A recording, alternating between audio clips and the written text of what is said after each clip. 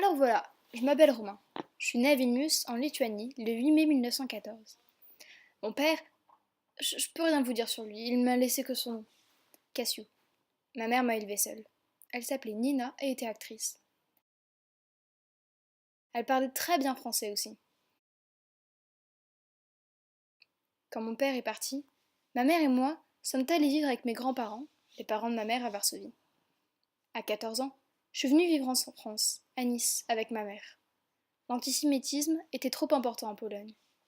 Ma mère dirigeait un hôtel-pension, le Mermont. Et moi, j'étais au lycée. Mais je n'avais pas de très bons résultats, sauf dans les matières littéraires. Et j'ai même remporté en 1931 et 1932 des prix de composition française. Après le lycée, je suis montée à Paris faire des études de droit. J'ai réussi à obtenir mon diplôme en 1938. Mais j'ai été mobilisée pour combattre dans les forces spéciales françaises. Je suis rentrée dans l'aviation aux côtés du général de Gaulle. C'est à partir de ce moment-là que je me suis fait appeler Romain Gary.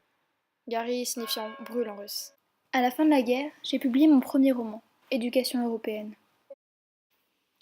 On m'a aussi fait compagnon de la Libération. Seulement, j'ai aussi appris la mort de ma mère en 1941. Vous allez me dire, comment ai-je fait pour ne pas le savoir avant? Je ne pouvais pas le savoir, car elle m'écrivait. J'ai reçu ses lettres tout au long de la guerre. Elle en avait écrit environ 250 qu'une amie envoyait à sa place. Et après, j'ai repris le droit. J'ai donc beaucoup voyagé en Bulgarie, en Suisse, à New York, en Bolivie, à Los Angeles.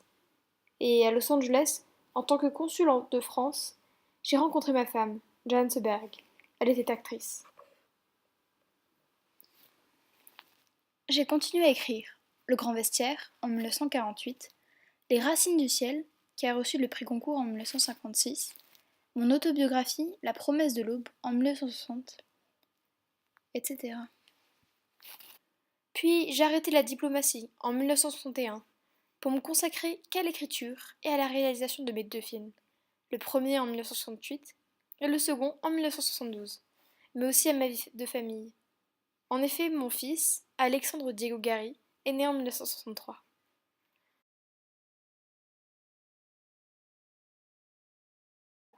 Seulement, mes livres ne cessaient de se vendre.